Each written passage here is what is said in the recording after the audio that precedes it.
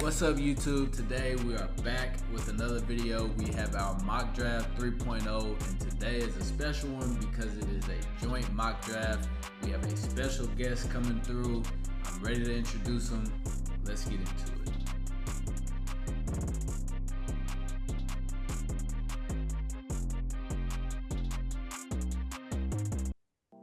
All right, so our special guest we have here today is none other than my brother, my dog, my real blood family, somebody I taught the game with since we were kids. We played together. None other than Mike Curry. How you doing today, bro? What's going on, brother? I'm excited to get into this mock draft with you, man. You know I love talking some basketball, bro. So it's my first one, so I might be a little rusty. I don't know. Let's see what we got. It's good. Well, shoot, we're gonna go ahead and throw you into that fire. Then we're gonna give you pick one, and then we just gonna alternate going forward. So, okay, you on the clock? Side note before we start, I like my intro to be a little bit better. We didn't list off all my accolades, right? We got college basketball player, Region 5 net, junior college second team all conference point guard from South. You know what I'm saying? We gotta list the accolades, right, bro? We gotta list. No, for sure. I'm playing. Let's get into it, bro. I'm going first, right? Yeah. You first. This is easy. Super easy. It's not even a second thought to it. We're gonna go AJ DeBanster. That size, that first step, length, athleticism, just being a lot of people saying, oh, he'll be a first team all NBA player. He's 25 points a game. That's 34 a game, bro. That's 33 a game. Like that free throw rate, at the rate he gets to the free throw line, bro, like if he gets any type of playmaking, I think he's gonna be a real problem. I like the Banster going here. And it's actually a nice fit too. They got a lot of length. Yeah. Last year they drafted Will Riley, the wing out of Illinois, I want to say. Yeah. Long, 3-and-D, defend, and kind of showed some playmaking this year. Rebounded the ball well. Actually, like I don't even have to think too much about this one. It's a great fit. Great pick, great fit. I agree, especially with them re-signing Trae Young. You got Trae Johnson. He slots right into that 3 position. They're a dark horse. I wouldn't say contender, but with AJ, I think they definitely made the playoffs. So I agree. Being healthy. Yeah, for sure. All right, so I'm on the clock at pick 2. You got the Utah Jazz, who they kind of got a big problem to me. Like, you got marketing, you got Jackson Jr., you got Kessler, who his camp wants him to get paid, and they not really ready to pay him what he wants. So they could move one of them and draft Boozer, but I think the best fit is Darren Peterson, just because you can slot Keontae in at that 1. I think Darren can play on or off at the 2. You got Ace Bailey at the 3, and then you can go marketing Jackson Jr. at the 5. I know they say he don't like playing the 5, but it's the modern day NBA. You gotta get with the program. So for me, I'm gonna go Darren Peterson just because I think he fits what they need. A 2 guard. He defends, really quick hands. He takes pride in defense, which is something that I really like. And like I said, the shot making, on ball, off ball. Obviously, he needs to work on his playmaking a little bit, but he showed more in high school when he was on ball a little bit more. So maybe that's just what Kansas offense didn't dictate for him to play make. So I got Jazz going Darren Peterson. I like that. I like that fit there too. Honestly, I think that I'm sorry, Isaiah Collier, is that his name? The point guard from Utah. If he takes a step, bro, in the right direction, improve on the jump shot, and just let him facilitate and be their kind of playmaker, primary ball handler, and just let DP go get buckets. I don't think he has to necessarily improve too much on his playmaking for him to really help them be a good team. Okay. But I do like that team. A lot of length, shot blocking, shooting. Yeah. I like the Ace Bailey's there. You know what I'm saying? Bucket getter. They might be a problem, bro. Right. They might be a problem. All right. 3, we're at Memphis, right? Are we keeping Ja? Are we keeping Ja Morant in Memphis? I think the best fit for him was going to be going to Minnesota, but Minnesota they paid Dosunmu. So I think they could try to give him half the year, and if it's not working out, trade him at the All-Star break. I don't think he necessarily gets moved here in free agency or at the draft. I just think that regardless, Memphis goes best player. Memphis goes best player. Okay. Well, if I'm Memphis and I'm going best player, we got to go Caleb Wilson. Got to go Caleb Wilson. Freak athlete. Prototype for that slashing, finishing plays, defensive monster. Could be, to me. I can see it. Like, they talk about Kevin Garnett, and I see him being that plus. Like, just being that type of athlete. You know what I'm saying? Like, you're right. Just being that type of athlete with he didn't shoot it well in college. Jumper looks good. Yeah. The jump shot looks really good. It's not broken. Now it's just reps. Right. It's just reps now. And that can be fixed. And a dog too. A dog. He's gonna play hard. Can guard 1 through 4, 1 through 5, really. I can't see any situation where he doesn't fit. Right? He'll be fine. He can play on the ball, I think, as far as just catch it mid-post, get to the basket, score it. He could be your get a bucket guy. He could be your connector. I'm not sure he's really a great playmaker, but that'll come. He can be decent at that. With that type of athleticism, that type of being able to score the ball, I think he'll be fine. I think Caleb Wilson is a great pick for Memphis.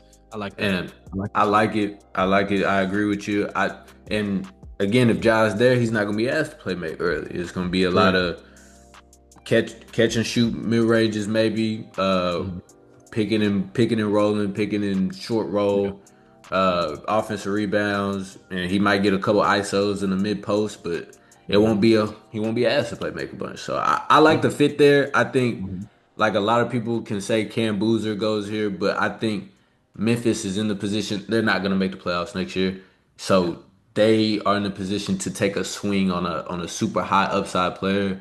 And with that athleticism, that length, he could be there's wiggle Giannis type. Yeah, some there's wiggle to him. It could be some Giannis type especially if he puts on weight. So I like the pick there. I agree with you. At pick 4, you have the Chicago Bulls, and I think it's a no-brainer. I think they go Cameron Boozer. He's super smart, well-rounded offensive game. I think he can expand to the perimeter a little bit. I think he's a little small to play the 4, but at 6'8", at 6'8", I think I would rather want, like, where the NBA is kind of going to is double bigs a little bit. But he is also 240, 250, so he's very sturdy and can hold up. He shot the ball well at Duke from 3. He can finish. He's a very good playmaker and passer. I also love how he's able to play off the ball. He can cut and all these different types of things. He sets screens. So I think a combination of Giddey at the 1, him at the 4. You just traded for Nick Claxton, so I think that's a 4-man that can fit very well with Nick Claxton. You still have Buzelis, who kind of started to take a leap later in the season. So you got a lot of length out there.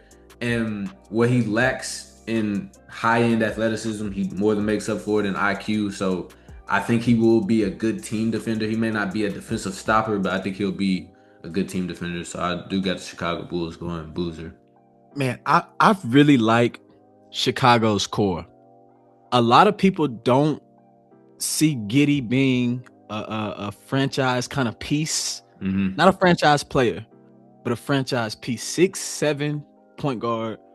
What is he? Or is he 6'8"? Giddey, whatever he is, huge guard, can really pass, push the pace, can finish, defends well. Not a great shooter, but he's improving. And I love, what's my boy's name? Athletic finisher. Buzelis. Love Buzelis. He's getting to the rack, finishing everything, huge, athletic. They got some pieces in Chicago, bro. And I think they're missing I maybe would have went Michael Brown. Okay. Flemings maybe for them. Just to guard scorer. Right. Guard, you know what I'm saying? Just to kind of offensive. Because Giddey's your engine, You're right. But I just need somebody to put the ball in the basket. In the basket. You know what I'm saying? But I do like that Cameron Boozer pick because that gets you solid. And we'll see how the draft goes next year to propel you or what you can do in free agency. Right. You know what I'm saying? So I do like that. I like that pick. And pick. Also, Tiago Splitter, I like what he did with Portland this year. Great coach. Love Tiago. I love Tiago Splitter. Yeah. For the limited amount of time that we saw him, what he did defensively for them, getting Scoot to buy in and go be a really defensive, pesky guard. Scoot can be really good. I know it's off topic. Scoot can be really good. I've seen the flashes. Yeah. Scoot can be really good, and Tiago got them to buy in and guard. I think he can do something. I think they'll be a play-in team next year. Yeah, I think sure. for sure. I think he'll be a play-in team. Okay, we got next the Clippers. Okay, you're not gonna like me here, right? Man, I'm gonna go Yaxel because I'm looking at what's here, right? Right. And we got the Clippers. So we have all these guards. Right. We have Darius Garland. We've got Dunn. We've got Kawhi. You got Kobe Bray. So we don't. You could re-sign Mathurin. Exactly. I love Benedict Mathurin. Free throw rates really high. He gets to the line, can put the ball in the basket. I don't want us going one or two, unless we're gonna get off Garland. And if we could get off Garland, I wouldn't mind going Michael Brown, because this is my favorite guard in the draft. You know that. This is my favorite guard in the draft. Right. But since we have Garland, since we have what we have already, that kind of, again, connector who can play make, get out in the open floor, score those transition baskets, right? Yeah. And he kind of fits their timeline. What is he, 23, 24? 24. 24? I don't think the Clippers are super far. If we just seen the Knicks win it, right, they don't look super far away. Now you gotta hope that Kawhi can replicate what he did this season, next season, and stay healthy, being healthy, and playing well. But I don't think they're super far away. If you go Yaxel, and maybe you can make something else shake with another piece or two, I can see them giving somebody problems. Not championship necessarily, but man, after seeing the Knicks win the NBA Finals against my Spurs. Anything can happen, man. Anything can happen. Yeah, I got Yaxel. Okay, well, this is the first surprise pick, of our mock. I think the top four at 5. That's where we kind of get the unknown. Yaxel, I think Yaxel is really good. Like, I think his floor is, he's gonna be able to defend. He can shoot. He can pass. He rebounds. So I think Yaxel is very good. I think the size too. 6'9", right? Mm-hmm. So I think the only thing that keeps him from being a consensus top 5 player in this draft is his age. Yeah. And if he was 19, he'd be a top 3 pick. If he was 19, he'd be a top 3 pick for sure. Mm-hmm. But he's not 19, and I don't think, like, you could say, like, he doesn't fit the other team's timelines, which is why they wouldn't take him. But I like that pick. I'm not mad at it. I could understand why they would go, because I genuinely believe he's a top 5 player in the draft. But his age holds him back. So that makes sense. I like the surprise pick. I like it. All right, we're good. At pick 6, we had a Brooklyn Nets on the clock who had like 94 first round draft picks last year, and I don't think any of them made an all rookie team, which is like crazy to say because they weren't a team that was competing for playoffs. So they should have just been developing their rookies. And that's not to say that they can't turn into something great, because the rookie year does not define a player. We've seen players that had amazing rookie years that didn't go on to reach superstardom. We've seen players who weren't much their rookie year, and now they are top players in the league. So it's that rookie year doesn't really mean a whole lot. But I think they could go a couple places right here. And I think it's between Flemings, Wagler, and Brown. Mm-hmm. I think those are the 3 people that they would look at in this spot. Mm-hmm. And personally, I think they would go Michael Brown, because he right out the box, you're getting probably that somebody's going to shoot high 30s, low 40 from 3. He can shoot off the bounce and off the catch. you could tell he really hit a growth spurt late because of how shifty his handle is. He's able to really like shift his weight, and he looks really lengthy. He's 6'5". He's a good passer. The only thing that people are scared off from him is how much his back was hurt at Louisville, which that's what happened to Michael Porter Jr. coming out of the draft, but obviously in the worst way.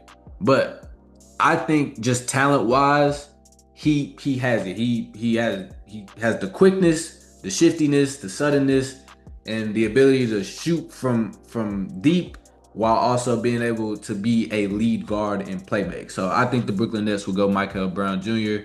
right here, and I think it would be a good fit. You can move Yegor to that off-ball type player and really just give the keys to Michael Brown.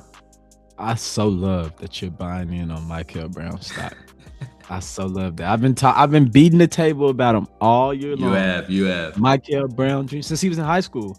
Yeah. And when he was healthy at Louisville, once he got out of the way of taking some of those awful shots. Yeah. And he was just like, I'm good enough to get what I want. He can get hot. He had 40. I think he had like another high 30 game maybe. So great pick. Love that pick. We got the Kings on the clock. Got the Kings next. Okay. The Kings. We got the Kings on the clock. This is really tough for me. Because they clearly need a point guard. Right. Like they almost don't even have one on the roster. Like they need a point guard. But the question is, what type of point guard do I want to give them? Right. What pieces can they put around Acuff defensively and offensive? So we're going to need a lot of guys we're going to need another offensive player who's bucket getter, big, who can go to late down the stretch. When we need a bucket, give it to him. Right. And you still got Levine, but yes, is he that guy? He's not that guy. Because honestly, a lot of people were talking about Acuff's size scaring them. One, he's a lot bigger than what people give him credit for. But like I said, I'm bring up New York again. You see New York, they have Brunson. When Brunson's struggling late, when they're trapping those ball screens, when they're getting really physical with those smaller guards, you got Anunoby, who can go get you a timely bucket. You got Towns, who you can go to and go get you a bucket. So you need that for a smaller guard. When you have Kyrie, you have to have LeBron, right? And I think, to give you an example, that's why those Phoenix teams didn't reach the mountaintop. You got Steve Nash, but who am I going to just go get my bucket? I'm going to dump it down to you. I'm going to give it to you on the wing. Go score the ball. Amari Stoudemire was kind of limited. Good roller, lob threat, strong, freak athlete, but not just no jump shot really. You know what I'm saying? So if I can put the right pieces around a player, I'm going to go Darius Acuff here because his offensive upside is just ridiculous. It's ridiculous. And I wasn't the biggest Acuff guy before. But I am now. I'm gonna go Darius Acuff Jr. Okay. And I like Flemings. Flemings. Not for offensive engine, not for what we need here. Right. Yeah.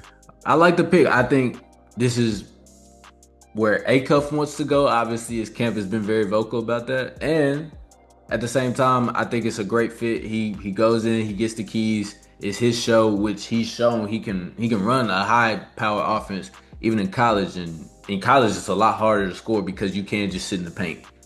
So I think great pick for them. Great fit. Now, Sacramento has historically not been very good at, developing, creating good teams, but I think this could be a solid start, especially, like you said, they don't have a point guard on the roster. They've drafted two that have been pretty good. Halliburton, and obviously I think they should have kept Halliburton. I know you don't like Fox, but Fox, he's a good regular season point guard. He's playing on a bad ankle. Now, do I think he should be traded? Yes, but that's off topic. But I do like the pick. I won't say on this platform what I think he should be, but we can move on to the Hawks pick. All right, pick 8. I think the Hawks, they just re-signed McCollum on a 1-year deal. You got Nikhil Alexander-Walker. You have Jalen Johnson. They have to make a decision on Kuminga. They got Dyson Daniels. So they got a lot of guard to wing depth.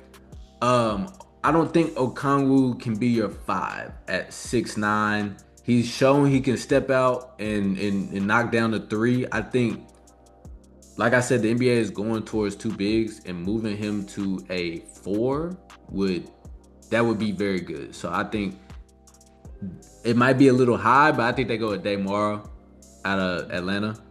I think he would slide in and be their obvious 5-man. You move Okongwu to the 4. You have Jalen Johnson as your point forward, and then you got CJ McCollum and Dyson Daniels. So you have defense on the court. You have scoring. You have a lob threat. It's multiple things you could do with that lineup. And then when you do want to go small, that's when you can slide Okongwu to the 5. Because I don't think a Demar is going to be a 35-minute per game player, maybe around 30. But I do like to give them some size to start building the 2 big lineup that is kind of the trend in the NBA. Really? I like that. I like that pick. It makes sense for now. But where I disagree, well, not disagree because you didn't take this stance, but like you said, they signed McCollum. So you said a 1-year deal? 1-year deal. This is the perfect time to get a Flemings, a Wagler, a Burt to get that guard in and learn under him. Right. Because a lot of people, even me, for the longest, I didn't understand how much having a good vet could do for some CP3 to SGA. You know what I'm saying? Just having that, like last year, we had CP3 with Steph, right, for his rookie year. You know what I'm saying? Just having that and you see the playmaking leap that Steph took, right? Understanding reads and everything like that. But no, that's a Demar. That's a good pick. I really wasn't a big Mara fan. I'm still not the biggest Mara fan. 8 is a little high, but fit. I like the fit in Atlanta, especially with Jalen Johnson. That could be a real problem. Real problem because he can space the floor too. I like that. We got 9. We got Dallas at 9. Man, Dallas. Look, this is really tough for me because I seen Braden Berries play about 4 or 5 games. Seen him play in the tournament. Because you remember I had Arizona winning in it first. So I really paid attention to Arizona. Right. He kind of scared me down the stretch, not shooting the ball well. He kind of scared me down the stretch because I think they played a game. They made like 2 threes or 3 threes or something in the entire game, or they didn't shoot a 3. It was something where they just weren't making threes at some point in the tournament. And I don't think he's a bad shooter, right? I don't think Burris is a bad shooter. I just a lot of people they're giving this Derek White comparison. Yeah, I've been seeing that a lot. I've been seeing that a lot, and I don't necessarily think that's what Cooper Flag needs to be paired to, unless we're trying to win now. If we think we can go win now, go win next year, I don't even like Kyrie as my point guard, right? Kyrie is my 2, so now I want a guard with some size that can defend and do what they can and kind of cover up those Kyrie deficiencies, defend, play make, let Kyrie go be a scorer. So I was going to take Kingston here. I just talked myself into taking Keaton Wagler. I just talked myself just now into taking Keaton Wagler, the little half spin guy. I like Keaton Wagler though. Great size, great playmaking, shoot the ball, feel for the game is amazing. Yeah. He just he gets it. He's got the passes and he sees it coming before it's there. I love Keaton Wagler. I don't like his one-on-one creation, but if we got Kyrie and Cooper Flag, we don't need you doing that. Yeah, we don't need you doing that. I'm with you. I don't really like him in isolation, but him as a pick and roll guy, just making the reads that he does, he can shoot the ball. So you have to be up. You have Cooper on the wings. You have Kyrie. I like him as a secondary, third type option, somebody that can lead a second unit as well. Just, I like the fit with the size. What is he, 6'6", 6'7"? Mm-hmm. Yeah, so, like high IQ players, I'm really starting to love the high IQ players more just because it's really basketball. It used to be a little bit more checkers. Like if you got the best player on the floor, it's a lot of just you're just running stuff for him. But now with trick defenses and how the game has evolved, you really, really need high IQ players. So I really do like that pick for the Mavs.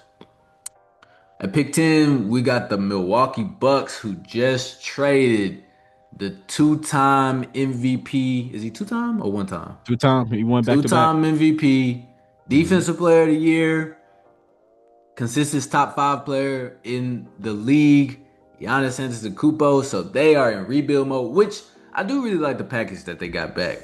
You get Tyler Hero back. You get Jaime Jaquez, you get Kelly Ware, you get 3 firsts, a pick swap, and a second, I believe. And you get I'm blanking on his name. Is he's foreigner, but Kuchones or something like that. Yep, Kasper Giannakis, something like that. Kasper Giannakis, yeah. So they are they are able to go best player available. I think it's a pretty easy pick if the draft falls this way that they go Kingston Flemings. Really explosive guard, just really explosive. But at the same time, I think he has really good body control where he's able to explode, stop on the dime, get to his mid range. I would like to see him like get into floaters a little bit more, and I want to see his pull up 3 rate kind of improve. But when you're just talking about a guy that you can give the ball to, like he can get the rebound and push the break and beat everybody down the court with the ball and just give you that type of presence with a young team around him that will want to run. I like the fit. They need ball handlers. I like Ryan Rollins and what he did this past year. I think he could have easily won Most Improved Player. But having a dynamic guard like Kingston Flemings to pair with those young athletic dudes, especially with him and Kelly Ware, I really like that fit. So I do have the Bucks going Flemings. Flemings to the Bucks. I like that. I like Flemings, man. Defensive dog, plays hard, can score clearly. I like Flemings. All right. Down to Golden State at 11. Gonna do you a favor here, brother. This is my team. We're gonna do you a favor. And we're going to give you Nate games for the SEC and 2 powers in the conference. Amen. That's a pretty move in the paint. Get in on the action. After the Morrow miss, there goes not necessarily their largest lead of the night. It is a dog. Gillespie in the paint. It's skilled, right? Look that ball as he was going up and regathered midair and able to knock that shot down.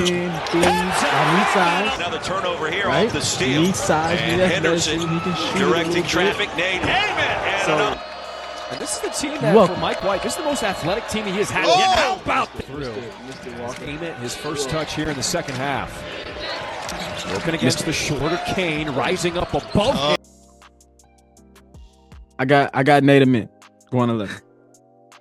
That's what I got for us. It fits perfect with, obviously y'all got a lot of work to do, but Draymond's probably gone, right? Get you some size, athleticism. Hopefully he can be what Kuminga wasn't for y'all, right? So I got Nate Mint here. All right. Well, if we draft Nate Mint with pick 11 in the 2026 NBA draft, I will be on a flight to San Francisco immediately.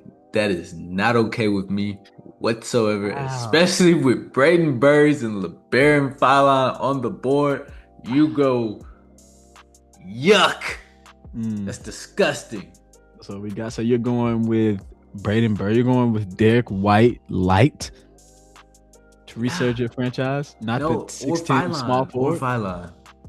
Not the 6'10" small forward. No, not him. You gotta start taking. I think you gotta start taking swings. We took swings. Wiseman was a swing. Kuminga was a swing. We're not good at swings. We swing and miss. I'm done doing that. But If he comes out, if he is what he could be, yes, I like the pick. I know said my bad. Go ahead. No, I'm just scared that the jumper isn't gonna develop and he's not gonna be somebody that you can give the ball to and he goes and gets a bucket. I could be wrong. If this is what ends up happening, I hope I'm wrong and I hope he's the greatest player ever. So you would take Phylon? I would take Phylon. So you would take Rob Dillingham slightly, probably worse. He's smarter. Is he? Yeah. Because we thought Rob Dillingham was plenty smart coming out of Kentucky. He went to Donta. They're not doing work over there. I don't know, man. I don't know. I don't hate it. I just obviously the person I really want at 11, he went at 5. So yeah. If this is what ends up happening, if he can develop, he has all the tools, but it's gonna take some development. I don't know if he's ready right now, but I wouldn't absolutely hate it. I just wouldn't absolutely love it. But that's neither here nor there. That's who you went with for the pick. So at pick 12, we have the Oklahoma City Thunder on the clock, who teams need to stop picking up the phone when the boogeyman calls, because he's just going to fleece you every time. The fact that they got 2 firsts in this draft and then they got 3 in the next draft is a problem. Absolutely. But for me at this pick, I think they could go in a couple of different ways. I think they could go with Burries or Phylon because they need not more guard depth, but like more so Phylon. They need more ball handling depth. Are we moving off Mitchell? Not even necessarily moving off Mitchell, but somebody that's a pull-up 3 threat. Like, that's not Shea and Mitchell's game. Like, they're mid-range and getting to the basket. Even Jay, like, they don't have a give the ball, he's gonna come off the screen and pull up unless it's Jared McCain. And he plays more off. You want him more off ball than you want him on ball. But I can also see them going with a big like Steinbach or Johnson Jr. because to try to prepare for those Wemby, and just in the event that you let Isaiah Hartenstein walk, and because you don't want to go full season with Chet at your 5. But Steinbach is more of a stretch 4 than he is an actual 5. And Morris Johnson Jr., 6'10", right? So he's a little bit smaller 4 or 5, but he's super athletic. But I don't know if that is your long-term solution because he has more of the slight frame. Not as slight as Chet, but he does have a slight frame. I don't know. This pick, I think ultimately they end up trading the pick. I don't think they stay at 12, if I'm being honest. But I think if you have to pick right here, for me, I think you have to go LeBaron, just simply because as far as on-ball creators, J-Dub, those hamstring injuries tend to be when it's nagging like that. So I don't know if he's going to be somebody that can still play those 82 game seasons. And like I said, Shea, AJ Mitchell, when they have the ball, they're trying to get to the basket or they're trying to get somewhere in the mid-range. You don't have anybody that's getting the ball and can get into his bag and pull up from 3, which you need that type of threat in today's NBA. So I have the Thunder going LeBaron Phylon. Okay. Not a fan of that, but it's okay. This next pick we go. I'm torn here, right?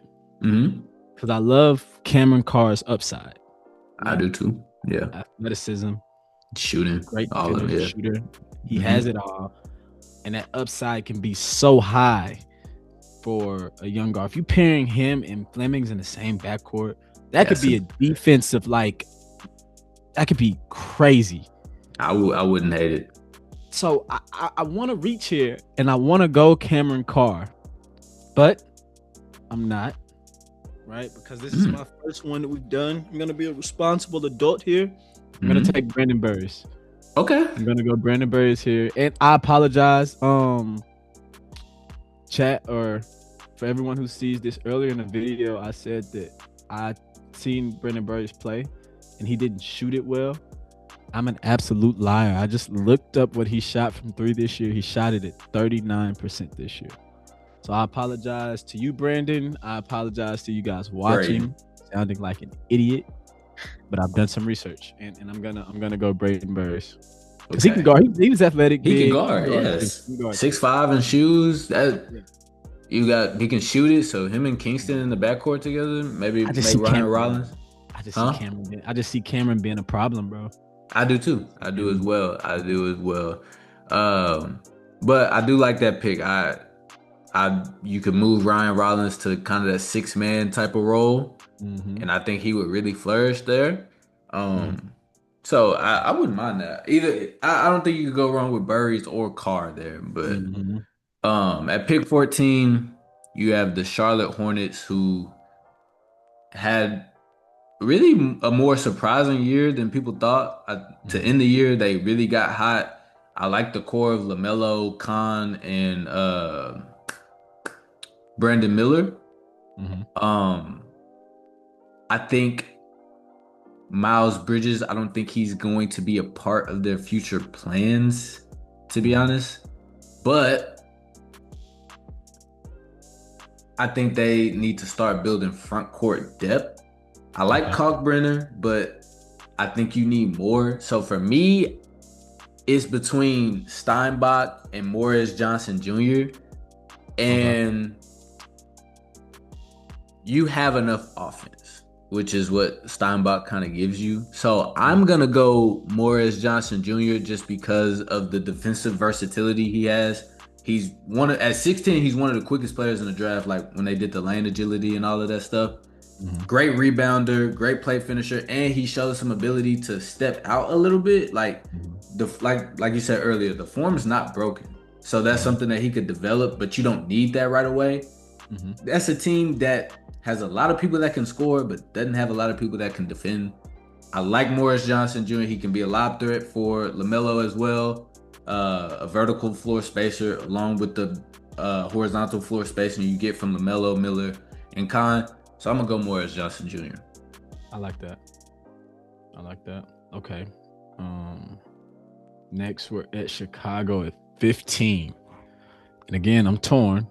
I'm torn because here I am thinking, give me Cameron Carr. Again, they need some defense. Because if you got Josh Giddey as your point, he's okay defender, but I can definitely see him in a playoff series getting absolutely torched.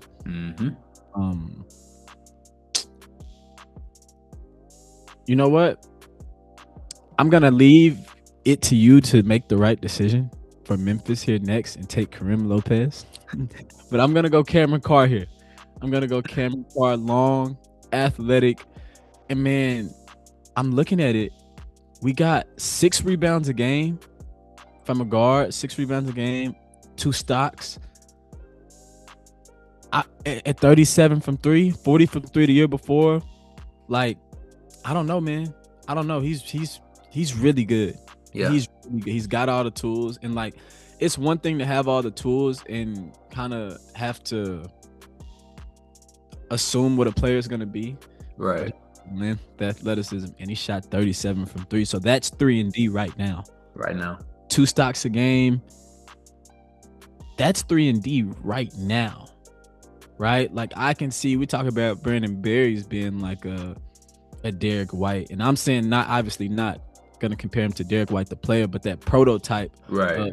I can score, I can get really hot, and I can be a defensive player of the year candidate. I don't think Barry's guards that well. Carr, at some point, can definitely get there as a guard, I think. So I like, especially with Carr that length. I like it. Cameron Carr, that's a player I wouldn't mind at 11. Like, if I'm being honest, as a Warriors fan, I would not mind that whatsoever. I think the potential is through the roof. At minimum, he's like you said, he's a 3-and-D player. He's gonna be able to knock down shots, and he's gonna be able to defend and that projects to having a long career in the NBA. Mm-hmm. So I like the pick. Moving on to the Memphis Grizzlies. It's crazy that the Grizzlies and the Bulls pick back-to-back at both spots. Mm-hmm. I think with the Grizzlies going Caleb Wilson earlier in the draft, I don't think they go with another front court player, if I'm being honest. Again, we don't know what's going to happen with Ja. I don't think he's going to be traded now. I think he's more of a trade deadline player. But at the same time, he could be traded now. And you're going to need a guard. You're going to absolutely need a guard. And you could go Okori, right? Out of Stanford. I think it's a little high for me. You could go Christian Anderson, who had an amazing year. He's on the smaller side, but he could pass, he could shoot, and he got better. I think for me, when you stay in college, if you make drastic jumps in college, that shows that you are going to put in the work. And I really like that. I think that's something that bodes well for NBA success. Like, you're not going to be stagnant. You're going to be somebody that puts in work over the course of your career. And at the end of the day, having somebody like Christian Anderson as your backup point guard, even if you do keep Ja, is something that could be good for him to be able to run that second unit. You still have Cedric Coward, right? Somebody that could kind of in that Cameron Carr mode. I saw a lot of people being like, oh, like Kawhi. I don't know if I necessarily see Kawhi, but somebody that can defend, somebody that can score. You get Caleb Wilson, you pair that with a young point guard and Christian Anderson to build out more depth, and you can start to see where they're going, where they're preparing for the future. So I have them going Christian Anderson at 16. Christian Anderson at 16. Okay, I like that. Let's see. Christian Anderson, 16 to the Memphis Grizzlies. Okay, now we're back to OKC. Honestly, man, I think OKC for the most part of the year was missing really good, consistent shooting. Mm-hmm. Right, I think they missed some consistency, especially in those playoffs. Now you had Caruso, who heated up, and McCain was up and down. McCain was up and down. Cason Wallace, I think he shot it pretty well, but he was still up and down too. Like, their guards are really small. Yeah, 6'4" Caruso, 6'4", 6'5" Lu Dort, Jared McCain 6'3", 6'2". I mean, you got J-Dub and SGA, who are really big guards, but those guards, AJ Mitchell 6'1", like, those are really small guards. So I think I'd like to go Kareem Lopez here. Okay. He didn't shoot it great. Overseas, I think it said he shot 32%. Let me check it one more time. He shot 32% from three. But again, that's not always overseas numbers. College numbers don't translate to the NBA like hand in hand. Like, you shoot 32 overseas, you can easily come over here and shoot 40. Like, that's not a foreign concept at all, just because the game's so much different. Right. Like, even in college, it's just such a different game, different spacing. He'll be playing a different role. So I like Kareem Lopez here. I like Kareem Lopez going to Oklahoma. I'm liking it. Mm-hmm.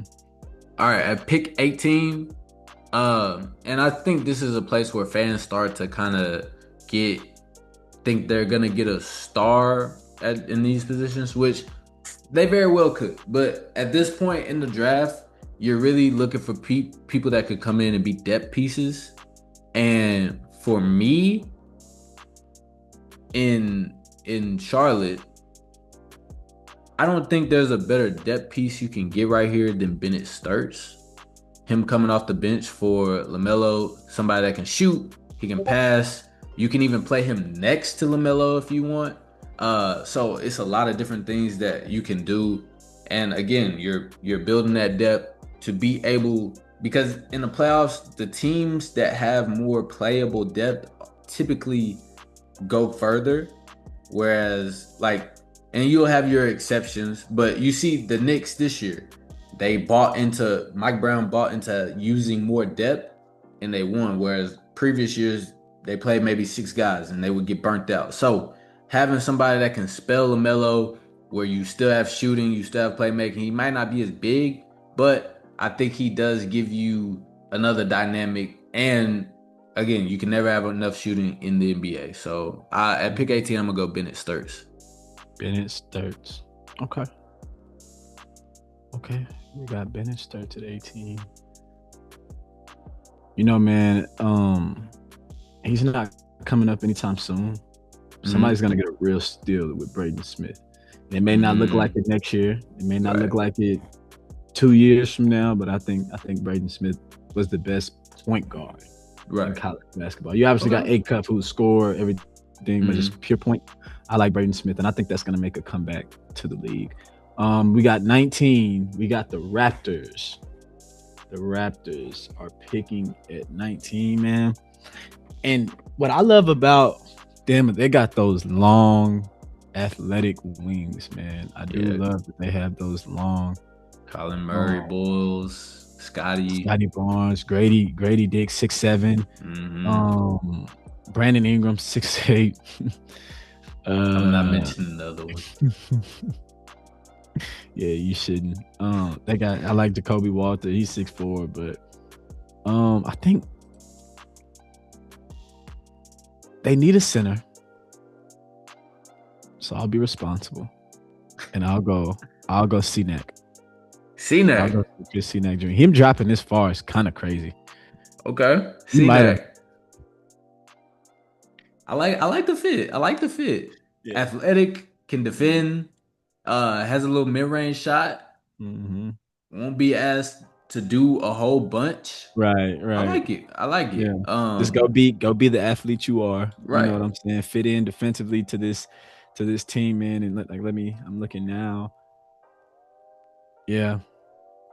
I like it. Shot 33, 6'11", shot 33. I mean, I like it. I like 8 rebounds. I like them. I think it's a good pick. Yeah, no, I'm not against it. For sure. At pick 20, yes, I get the San Antonio Spurs. I don't know if y'all heard earlier, but Mike is a Spurs fan.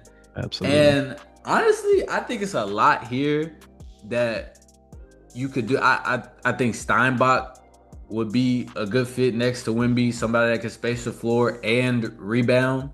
I think that's something that you would think y'all would be really good at, but I don't think y'all are a great rebounding team. I like Joshua Jefferson. Just another strong power forward guy, can play that 4. Needs to work on his jumper, but he can pass. He can kind of create a little bit.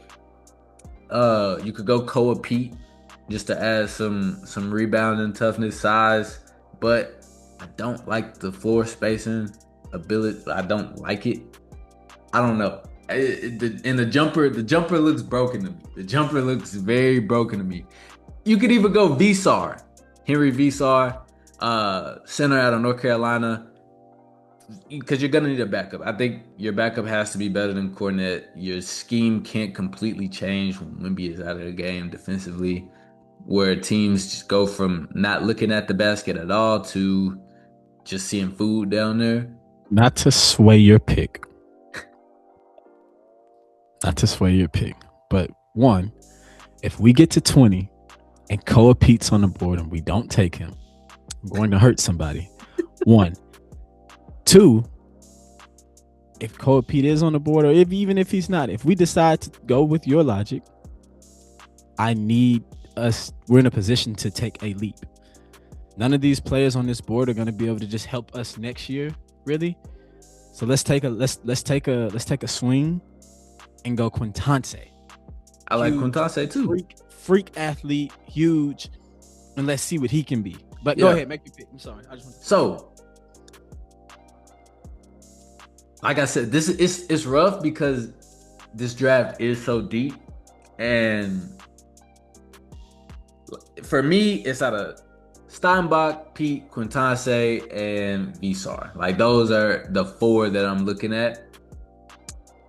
Now, if you are the Spurs. Do you want Wemby playing the 4? Or do you want him to play the 5? I think him playing the 5 is good. I don't want to see him out on the perimeter all the time. And why not get a big with the ability to play both? And for me, it's Jaden Quintance. I think he can defend. He has high motor, high upside. He blocks shots, so he's somebody that can play next to Wemby because Wemby is the floor spacer, or he can play just without Wemby at the 5 position or the 4 position. Like I said, big, strong, athletic, can catch lobs, defends on the perimeter as well as being able to block shots. Obviously, you have the knee thing. He kind of shut it down, but just as an overall prospect, I think that Quaintance going there, I like it. Him next to Wemby, you can move Champagnie to the bench, have him in that 6-man type of role. So now your starters, cross fingers, are Dylan Harper, Stephon Castle, Vassell, Quaintance, and Wemby. And then now you're able to really mix and match. So at pick 20, I'm going Jaden Quaintance. Okay. I'm not upset with that. I'm not upset with that. We got Jaden Quaintance. Have I been saying his name or I've been calling him Quintante? It might be Quintance. I don't know. If we're mispronouncing the name, we are sorry. Yes. We don't. Yeah. So this pick is super easy to me. Super easy. Dalen Swain. Really? They need shooting. Mm-hmm. They need somebody else who can create their own shot. And let me make sure, right? Because I definitely don't want to look like a fool again. But I mean, he shot 34 from 3. Not great, but again, that can be improved. But he shot 54 from the field and averaged 17 and 8. Yeah. You know what I'm saying? Yeah. They need somebody who can go get a bucket. Outside, Tobias Harris is about to be, 33, 34? Yeah, Tobias Harris is getting old. We need somebody who can cage night in the game. Like, it just can't keep being Danius Jenkins.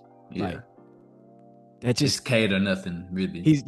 And Danius Jenkins is good. He's DFW guy. He gotta love my DFW guys, man. But that just can't be the, for Cade, who is a generational franchise player. I think who can just, as long as you got him, you got a chance to go win a ring. If you put something decent around him, I definitely like to see Dalen Swain there, 100%. Got you. Okay, I don't not like it. Mm-hmm. I think they could have gone Swain, and I think for me in this spot it's either Steinbach or Evans because they need shooting. Yeah, I didn't like his playmate or his on ball creation. Yeah, Evans, he's just more so just shooter. Just shooter. Didn't defend well either, yeah. So it's kind of just like all he is. They got Duncan Robinson. Not saying that he's. It would hurt to have 2, but what else stands out about him? Right. Other than shooting, he's 6'6". Yeah, is he 6'5"? Yeah, he's somewhere around there. So he's not huge, decent size, but he's small frame, and it's just the jump shooting. Right. Which has been inconsistent since he's been in Duke. Well, not inconsistent, but he shot it well. I'm not a big fan of him. I'm not a big fan. Great player, not a big fan of him though. Got you. Let's see. Man, at pick 22, Sixers on the clock. They need front court depth. I mean, Adam Bona is a solid backup center. You got Embiid, but he's never really healthy. They got a bunch of guards. Like, they got a bunch of guards and like the small forward type of players. You got Oubre, you got Justin Edwards, you got Paul George. Then that just at the small forward position, you got Maxey, Edgecombe, you got Quentin Grimes, who they may re-sign, they may not. But for me personally, I think at pick 22 is between Koa and Hans Steinbach. I don't think they necessarily have just enough shooting. And again, I see where the NBA is going back to that double big type thing. So if you can get a 4-man that can stretch the floor and put some size out there, he's not a great perimeter defender, but you can build things around that. So you could go Steinbach, but then at the same time, you go Koa Pete, you get some rebounding, some play finishing, some athleticism in that front court. So I'll go Koa Pete. I think Koa next to Joel. Obviously, Joel is all world stretch five, can obviously get in the post. But you make Koa just a defender, rebounder, play finisher next to Joel and just letting him develop in that front court. You still have Paul George, who could have a bounce back year. I don't know. He's getting up there in age. But at pick 22, I'm going to go Koa Pete. Okay. Not mad at that.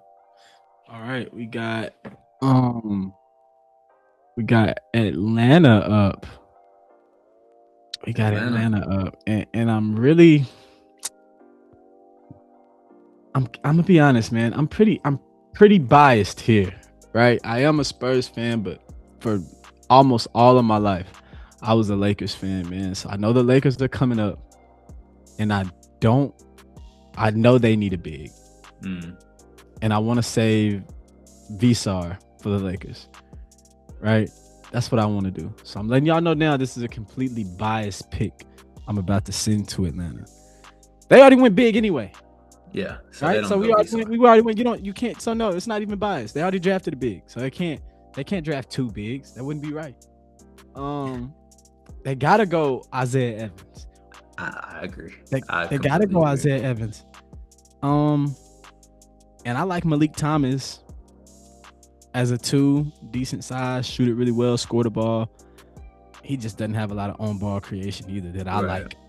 You know, I like that shit. I need you to be able to see you play and you can get your shot when you want. Yeah. He wasn't really that for me. Could score, but wasn't really that for me. So yeah, I'm gonna go Isaiah Evans. Give Atlanta some more shooting. You know, like they don't have a lot of shooting. They don't have a lot, and Jalen Johnson needs all the space in the world. I'm not a big believer that Jalen Johnson is a 1. I think he's your 2. Really good 2. Yeah. He's a 2, which is it would have been nice for them to get a cuff, get another guard that you can give the keys to, and let Jalen kind of. I'm a kill in transition.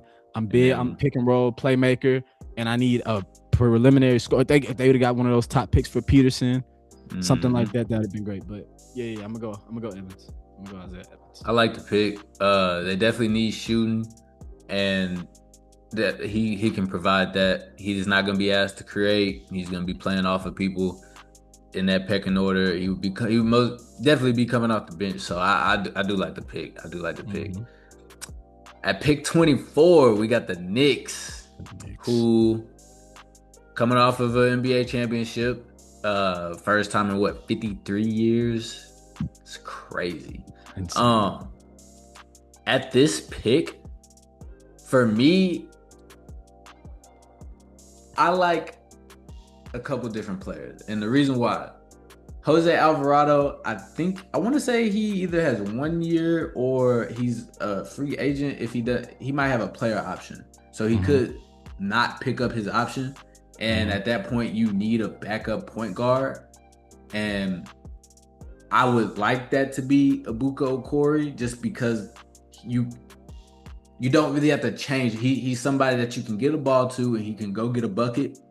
Obviously not to the level of Jalen Brunson, but as a backup point guard, I think that would be nice. Then at the same time, I could also see them going Steinbach, because I think Mitchell Robinson is a free agent. And is he your long-term center? He's a great defender, obviously, but in certain moments you can't play him because of the free throw shooting. Excuse me. You can play Cat at the center position. Show he can do that. So I'm gonna go Steinbach. Okay. Excuse me. I think having the floor spacing, as well as like being able to pair that with Cat, you can have I'm sorry. Yeah, let me drink some water.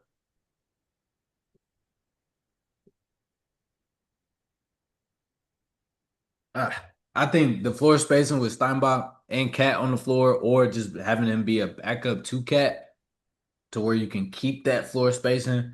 Also, he's a great rebounder. He's kind of, I don't want to say in the mold of Cat because he's not Cat, but he's that stretch four, that prototypical stretch four that you kind of need in today's NBA.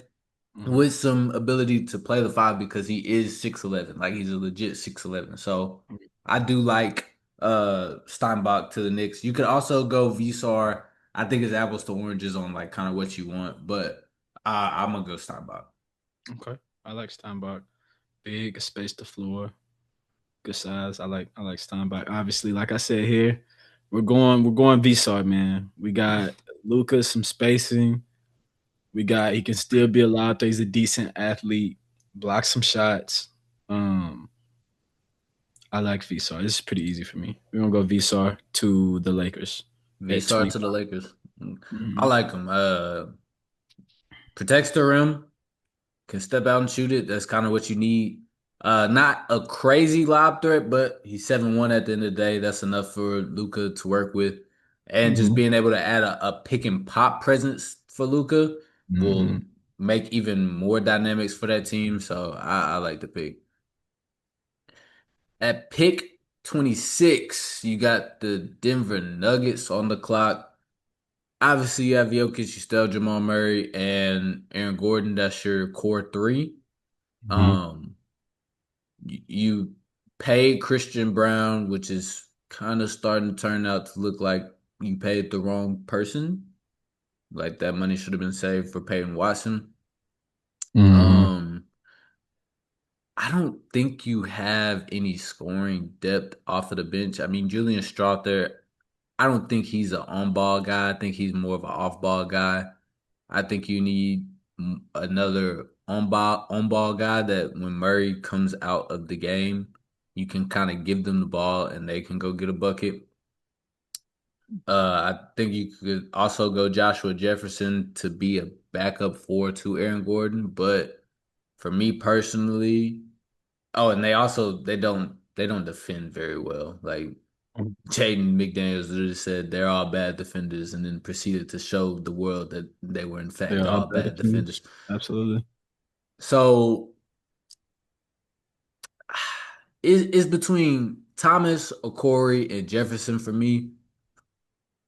The reason why I would like Malik Thomas because he can shoot the ball, you can give him the ball, and he defends.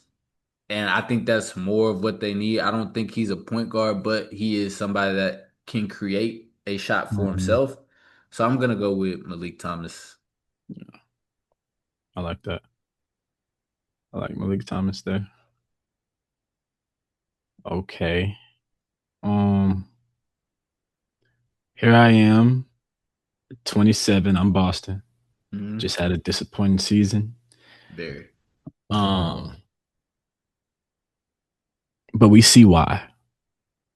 We see Kata and Vucevic just cannot be like Tyrese Maxey and VJ Edgecombe just made sweet love to those bigs in drop coverage.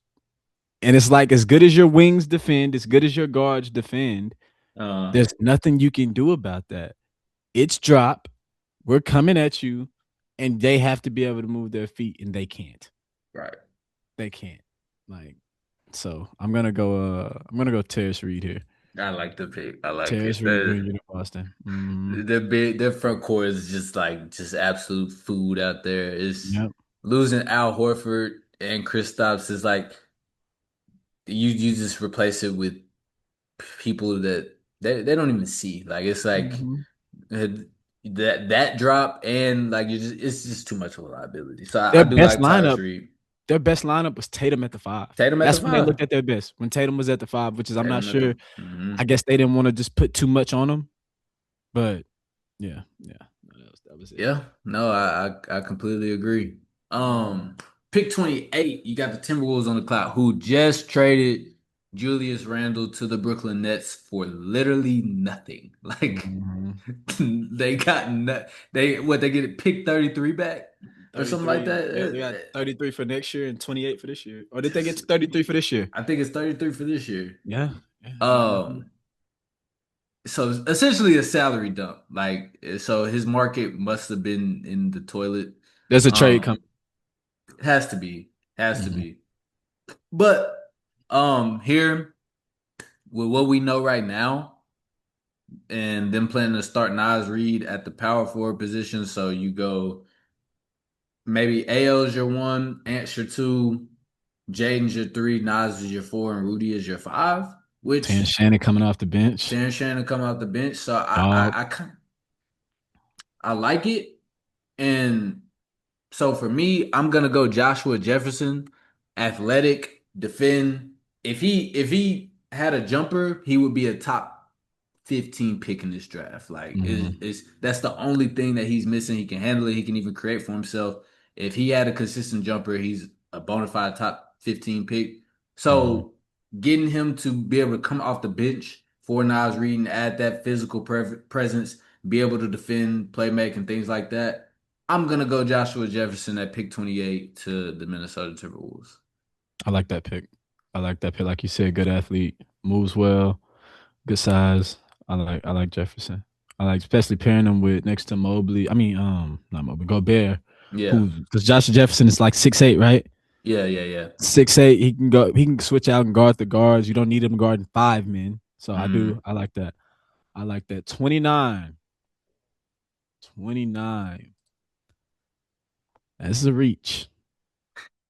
I think I know where you're going. Yeah, it's a reach. And you just got off of Garland for the same issue, but this kid can play. Ibuka Okori, he can play, man. He can really play. And I think, honestly, I can see him being a Bones Highland type of, but more under control, because Bones is just he's so fast, he's kind of out of control. This kid, he's got the pace. He's making reads. He sees it. He shoots it well. He can play. I know he's 5'11", but I like him. Him. I think they can do it. I mean, I don't know if it's necessarily the best fit because they already got like Donovan Mitchell in the backcourt and who's 6'2", 6'3", so they're not super big. But again, Mobley and Allen as your bigs, you can play 3 6-foot players if you want, as big as they are down there. So yeah, I agree. I like Okori. I like it. He's super dynamic. If he's 6'4", are we talking about him in the top 10? Like, I mean, honestly, I like him over Brown, and I think Brown's the best guard. I think he was the best. I would think he's the best guard if he's 6'4", 6'5". And honestly, I can't say that I wouldn't take him over like Peterson at that size. Right. So definitely has a talent. We'll see how it sticks. So for the last pick of our mock draft, we have the Mavericks back on the clock. This is a team that you have your franchise guy. It was clear. Like I don't know why we had debates about Rookie of the Year. Like, it was him. As good as Khan was, it was Coop. Like, Coop, for them to win that amount of games with that depleted team, I think he overachieved. So for me, I think they need to add some more shooting and just more just depth pieces and people ready to play. I know he got hurt, but for me, I'm gonna go Richie Saunders. Okay, I figured. That's you can get off Clay. You get off Klay Thompson, who he's shown that he's kind of declining, and that's hard to say as a Warriors fan, but it's the cold hard truth. But you get he's pretty athletic. I think he'll be able to defend at the next level. Obviously, I think the jumper translates. You get Coop some floor spacing for the future, even though he's coming off of that ACL injury. You're not winning now, so you're allowing yourself to build that depth. He doesn't have to be ready this season. Keaton Wagler, I think he can play a point guard, especially with you having Coop. He's not going to always be asked to handle the ball, even if like long down the line without Kyrie. So I do like Richie Saunders just as a catch and shoot, even with some defensive potential upside. So yeah, I like that. It's not bad. I mean, don't get me wrong. We got some stuff on here that's going to have people like, what? Yeah. But I mean, like it. I like it. it's the first one. It's the first one it's the first one I've done. Yeah. So. It's first joint. We're gonna do some more like joint things over the course of the summer and just anything. Like so man, I appreciate you for doing this with me. This was a lot of fun. Being able to talk about it, chop it up as I'm going and not just doing it by myself. I appreciate you being here. Yes, well, like I said, we're gonna get some more sports content going, some more joint content. Make sure y'all mess with the video, man, so he can keep me on here. I enjoyed this, man.